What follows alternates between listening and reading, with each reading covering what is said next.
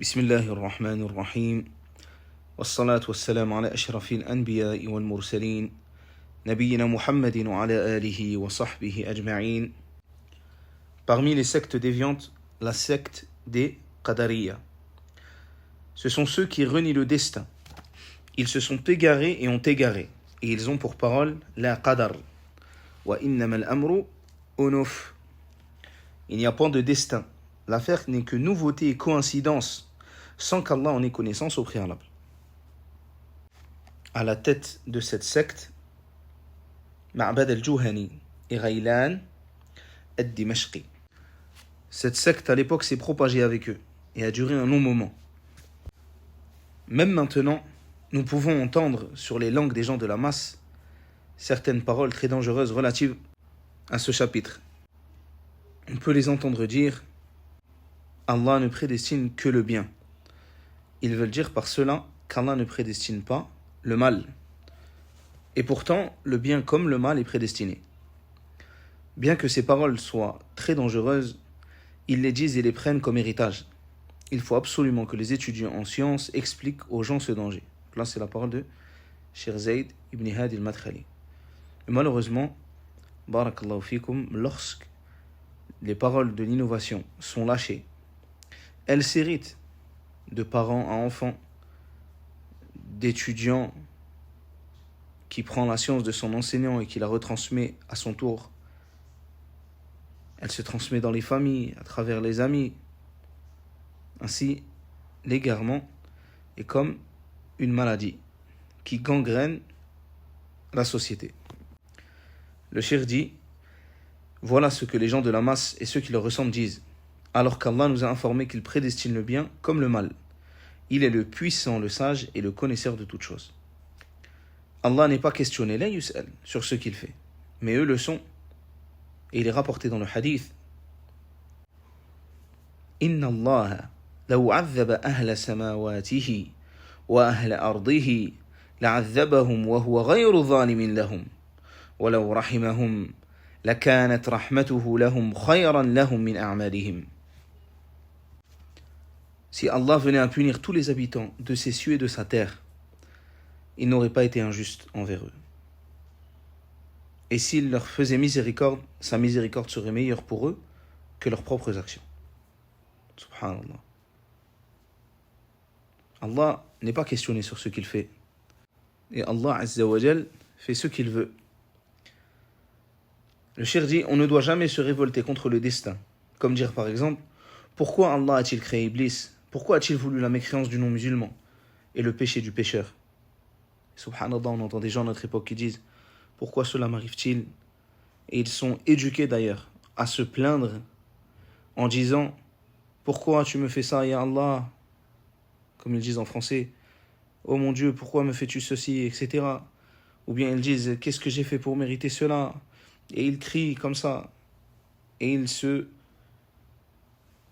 révoltent contre les destins. Et subhanallah, il se pose la question, pourquoi Allah a-t-il créé Iblis? Pourquoi a-t-il voulu la mécréance du mécréant? Pourquoi a-t-il voulu ceci et cela? Parmi les paroles qui ne doivent pas se poser. Et cela les emmène parfois jusqu'à la mécréance. Ainsi, subhanallah, celui qui cherche à faire fonctionner son intellect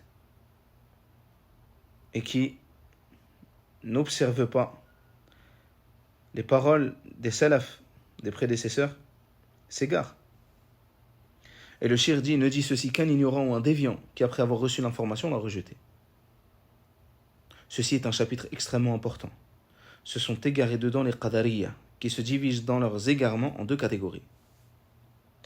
Ceux qui disent qu'Allah n'a prédestiné ni mal ni bien. Ce sont au contraire les créatures qui ont créé leurs actes, qu'ils soient un bien ou un mal.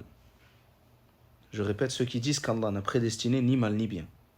Ce sont au contraire les créatures qui ont créé leurs actes, qu'ils soient un bien ou un mal. Donc ça, barakallahu fikum, c'est une parole de l'égarement. Et parmi les paroles de l'égarement encore, ceux qui disent Allah prédestine le bien, mais ne prédestine pas le mal. Wallahu musta'an. Et c'est extrêmement dangereux ici. Car le fait de dire qu'Allah ne prédestine ni mal ni bien, cela revient à dire qu'il y a un autre créateur avec Allah tabaraka wa ta'ala qui lui prédestine le mal et le bien. Et lorsqu'il dit ce sont au contraire les créatures qui ont créé leurs actes, qu'ils soient un bien ou un mal, imaginez donc le nombre d'associés à Allah Azza wa Jal qu'il donne.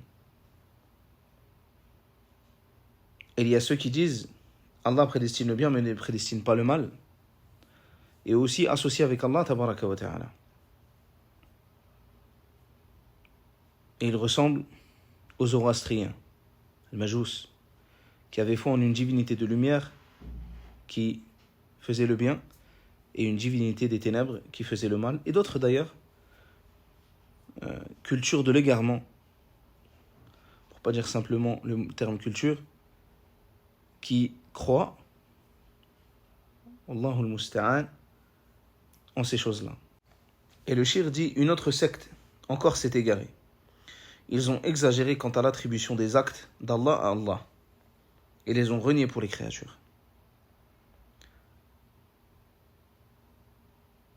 Ce sont Al-Jabriyya. En effet, ils ont dit que le serviteur est obligé dans tous ses actes. Ou majbour. Il ne possède ni capacité, ni libre arbitre, ni même de volonté. Ils l'ont comparé à un arbre. Imaginez l'image. Un arbre frappé par le vent, de droite comme de gauche, sans le moindre contrôle, voguant de haut en bas, et bien d'autres comparaisons erronées et de fausses métaphores. Et parmi les attributs des gens de l'innovation, il y a Tezyin Tajmil al-Alfar, le fait de rendre beau certaines paroles qui sont en réalité des paroles de l'égarement. Et les gens de l'falsafa, de la philosophie, sont des experts dans ce domaine. Ils vont te donner des termes enjolivés afin de t'égarer. Mais en réalité, l'égarement, même s'il a été rendu beau par le nom, reste un égarement. Taïb, parmi les ruses de Shaitan, il y a le fait d'enjoliver le faux. D'enjoliver le faux. Que cela soit par des mots ou des expressions. Et on entend par exemple des gens dire l'islam des lumières, l'islam de ceci ou de cela. Wallahu musta'an, ils ne veulent par cela que l'égarement et la mécréance. En réalité, le serviteur, comme dit le cheikh, n'est pas forcé, car Allah lui a donné la capacité d'œuvrer, le libre arbitre et la volonté soumise à celle d'Allah. Si le serviteur œuvre en bien, alors c'est par la grâce et la miséricorde d'Allah. Hada min fadlillah. Ceci est de par bi fadlillahi wa bi rahmatihi, par sa grâce et sa miséricorde. Puis par son choix d'œuvrer et d'acquérir, il sera récompensé pour ses œuvres. Tandis que si le serviteur œuvre en mal, alors c'est par sa sagesse et sa justice, puis son choix d'œuvrer en mal pour lequel il sera châtié. Voilà donc la parole des gens de la Sunna sur ce chapitre. Subhanallah. Si Allah tabaraka wa ta'ala t'a guidé à ce que tu fasses le bien, fabi fadlillah wa bi rahmatillah, c'est par la grâce d'Allah et sa miséricorde.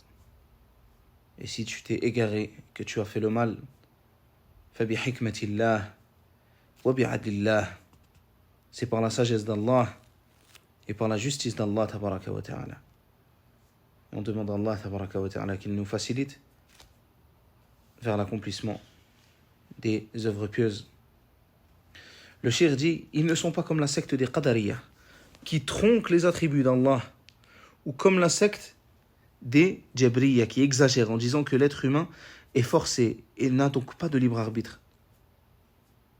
Les Jabriyah disent, entre autres, que le pécheur est châtié injustement, car il est obligé de commettre la désobéissance.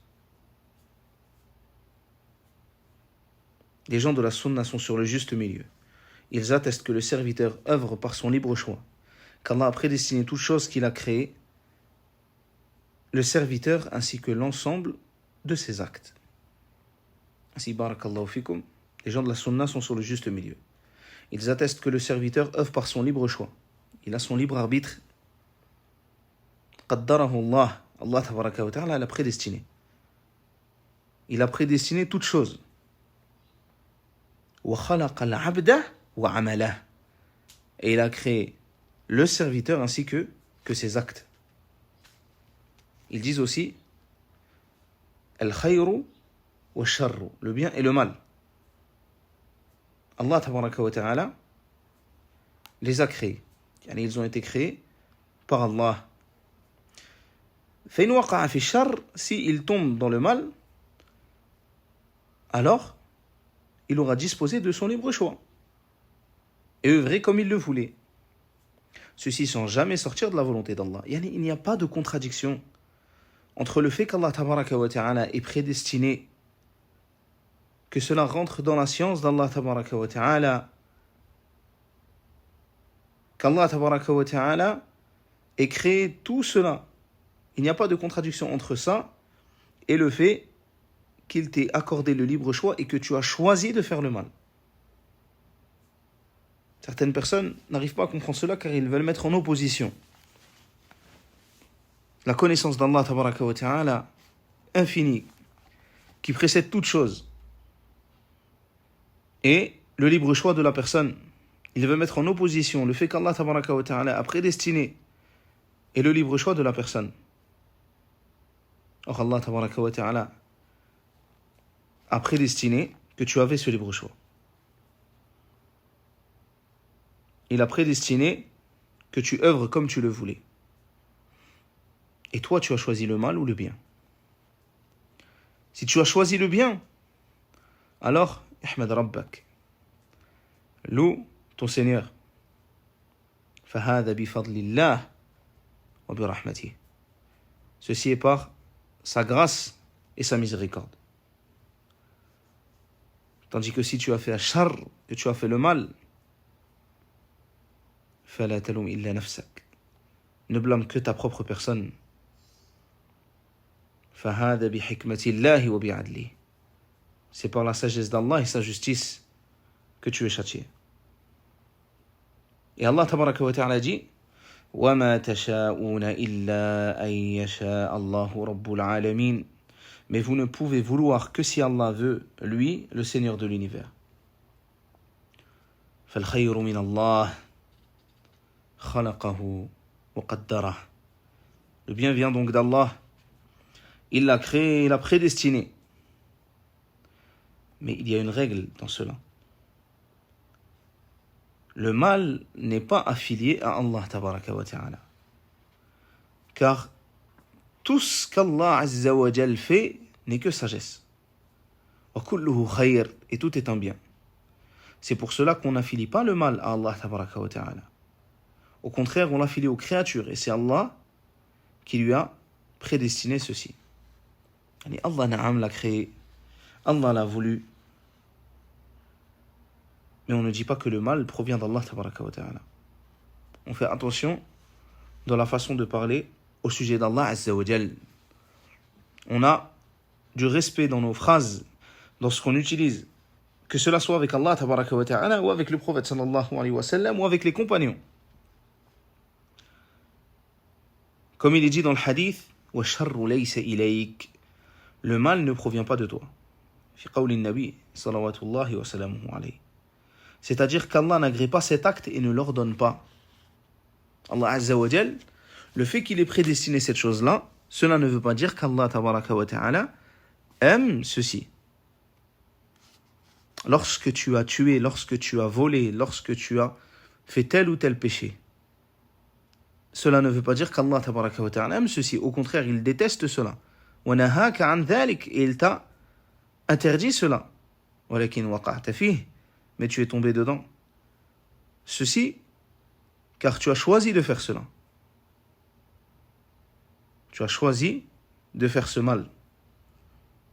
Naam, Allah tabaraka wa ta'ala l'a prédestiné. Naam, Allah tabaraka wa ta'ala l'avait écrit et avait la connaissance de cela. Il avait écrit aussi ton libre choix. et tu as choisi de faire le mal. Ainsi, pourquoi les gens ne font-ils pas le bien et se posent-ils après la question pourquoi j'ai fait ce bien?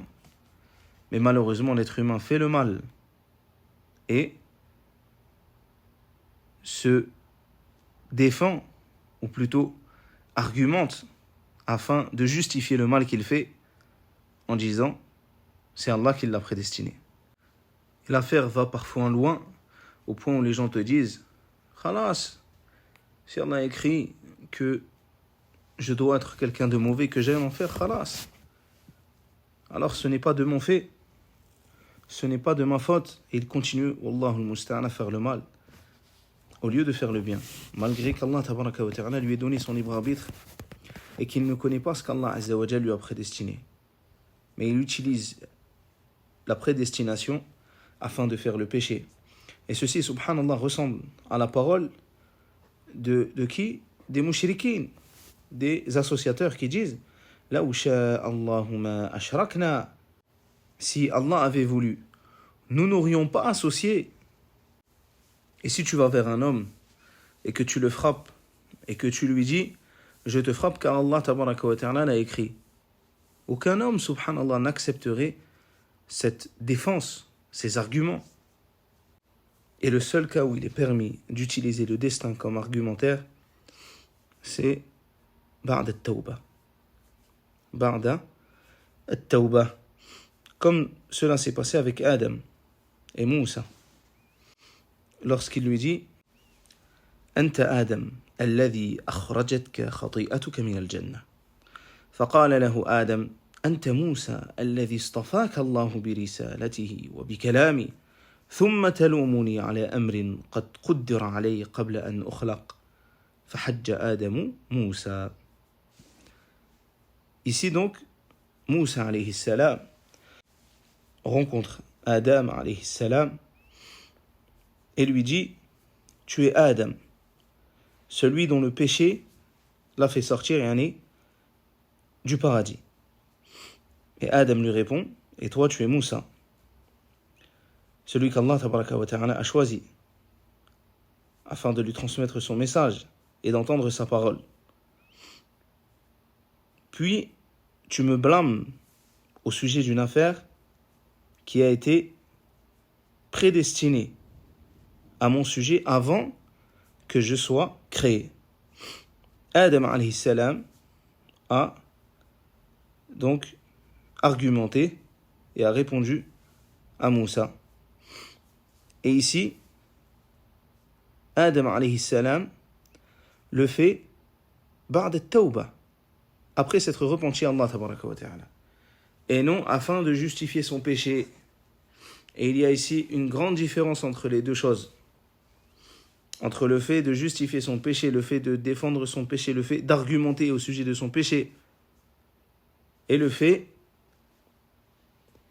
de parler du destin d'Allah tabaraka wa ta'ala après le repentir.